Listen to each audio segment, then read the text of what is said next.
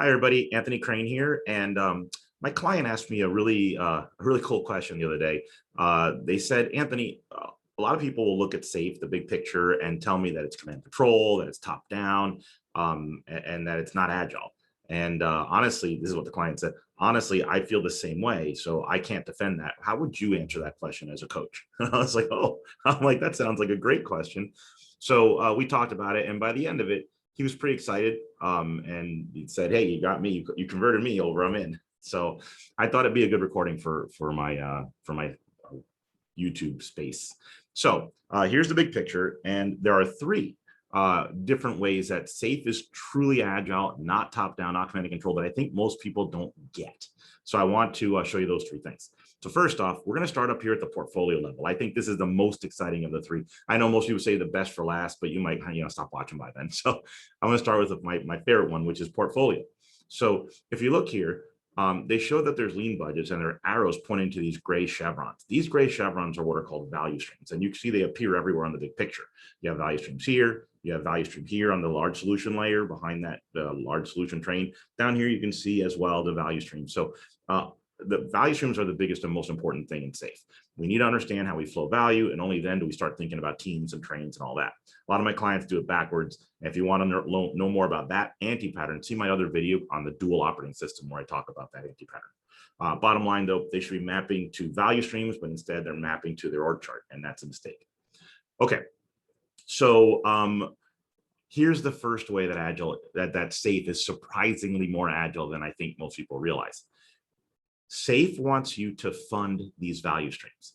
It's a synonym would be another way of saying it is they want you to fund products. So I love using the Happy Meal as my teaching example. So the Happy Meal, maybe it gets $1 million a quarter to help itself be a great Happy Meal and to improve the Happy Meal and whatever.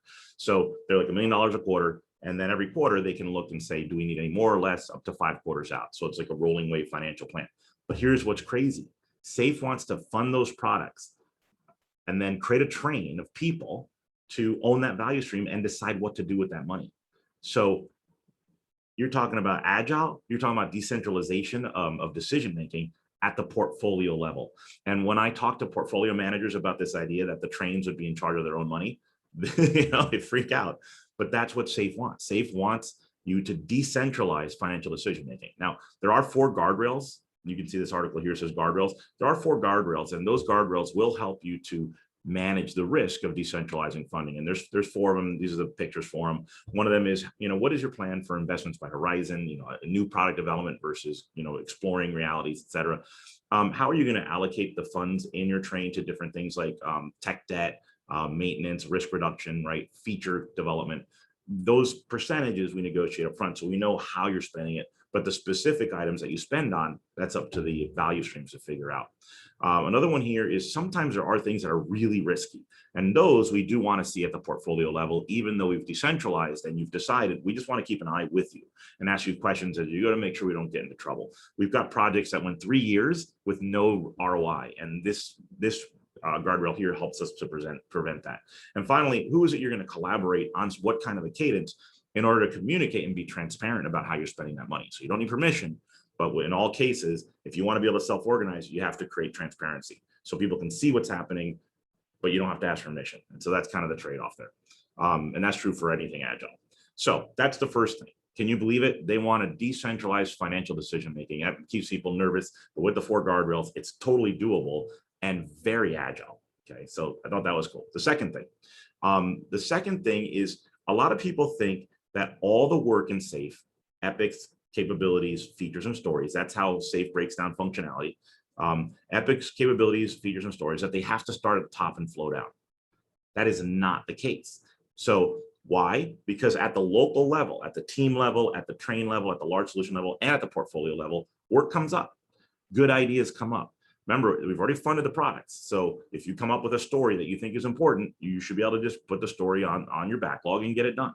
You don't have to trace that up. And a lot of my clients are forcing people to trace every piece of work up for financial reasons. And that causes so many anti-patterns. I can't get into all of them here. Maybe I'll do a separate video on why that's such a bad thing. But it creates a lot of problems because you can no longer spot risk, right? There's so much clutter There's so many of these container features and capabilities that you can no longer see the real risky ones, and bad things happen with those real risky ones because there's too much in your face. They call this lean portfolio management because they don't want to see everything. They want to see the high risk stuff only. I didn't used to believe that myself, by the way, but it was when I was upskilling to 4.0 of SAFe, this picture was in the upskilling materials, and I was like, what? And look, local context, local context, local context. So work can come in from the local context. However, everything up high does have to decompose down. So every epic decomposes down, every capability, every feature, they all have to decompose down to stories eventually, or else no one will work on them. So the top work does decompose, but you can have a story that needs to get done, a feature that's a good idea, right? All these things can flow in from the side. And in fact, most of it should. Only the high risk stuff should go from the very top down. And if that's the case, then that means most of the work comes in sideways. High risk work comes up from the top down.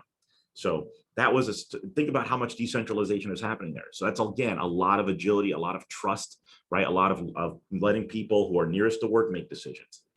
The third and final thing that I want to share with you is people think that there's a big hierarchy here, and they point out these roles, right? So look, they call these troikas or trios. So I like the word troika. Some people, I guess, don't like that. So trio, whatever you like. These trios, if you will, then have the same three types of roles. They have a business person, a servant leader, and then they have the team of experts. Okay, and it doesn't matter whether you're doing software development or whether you're doing business agility. You know, I've helped every kind of like business you can imagine. My most recent client, it was a mergers and acquisitions team. And they were like, how do we apply Agile to a merger and acquisition? And I'm like, oh, I can talk to you about that. And we had we ended up delivering value 1/3 the time that they thought it was going to take without Agile. So that was kind of an awesome discovery. So anyway, those are your trios: the product owner, business person, the Scrum Master, servant leader, and the team of experts. If you go up a level, you notice that there's the same trio again, but in this case, the names have changed, but not the roles: a business person, a servant leader, and an expert, right? You go up again, and here again, you have a business person, a servant leader, and an expert. And by the way, each of these value streams has that same trio as well: a servant leader, a business person, and a bunch of experts. So this happens at 4 different levels within SAFe. And people immediately start thinking hierarchy. Okay, so I've been asked this question a lot, and so have my peers. Should the product owners report to the product manager or to the RTE? It's like, no, it's not like that. SAFe does not see a hierarchy at all. And so if you go to principle number 10, which is the newest of the SAFe principles, and by the way, this is the dual operating system video as well. So if you want to learn more about this, go watch that video. I really love that other video. Anyway, in here, notice that SAFe is saying we need a dual operating system, and you can learn more about it. But this one here is all about value streams. And this one here is your current org chart. They don't want you to map your trains to the org chart. They want you to map your trains to this missing operating system. So first, you usually have to do value stream workshops to even find this network over here. Only then can you start mapping trains to that network, and then you can start slotting people into the roles. But what that means is you might have someone from the test department decide to be an RTE. Right? You might have someone who's a manager being a product owner, and their employee might be the product manager because it's just right for the particular value stream you're looking at. So hierarchy, leave that in the right-hand operating system and let it go. When it comes to SAFe, there is no hierarchy. You map the right person into the right role because they have different levels of concern. This group here is trying to advance stories. This group here is trying to understand the feature flow of their entire value stream. It's a very different set of roles, and anybody can play either one of those with the right training.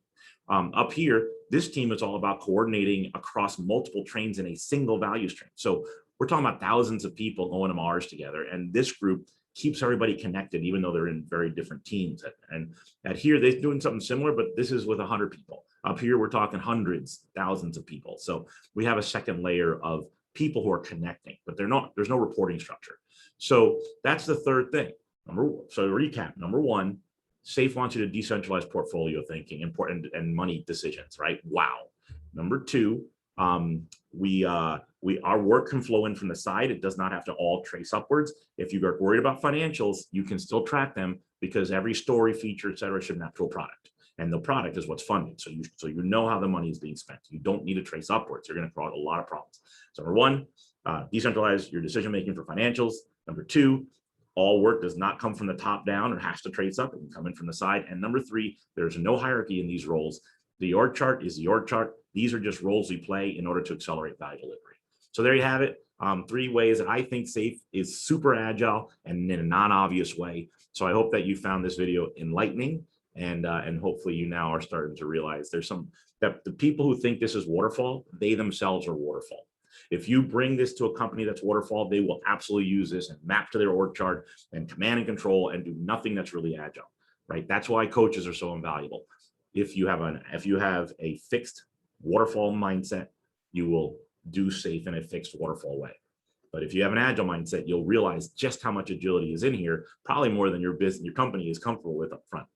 So there you have it. I hope you enjoyed this video. My name is Anthony Crane, and let me know if you have any questions. Oh, and if there's any other ways that you think SAFe is waterfall or command and control or top down or non-agile, post them in the comments. I'd love to see more thoughts. Maybe I'll make a second video.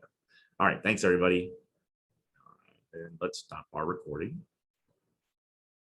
Well, first I'll stop my sharing, and now I'll stop the recording. Have a great day.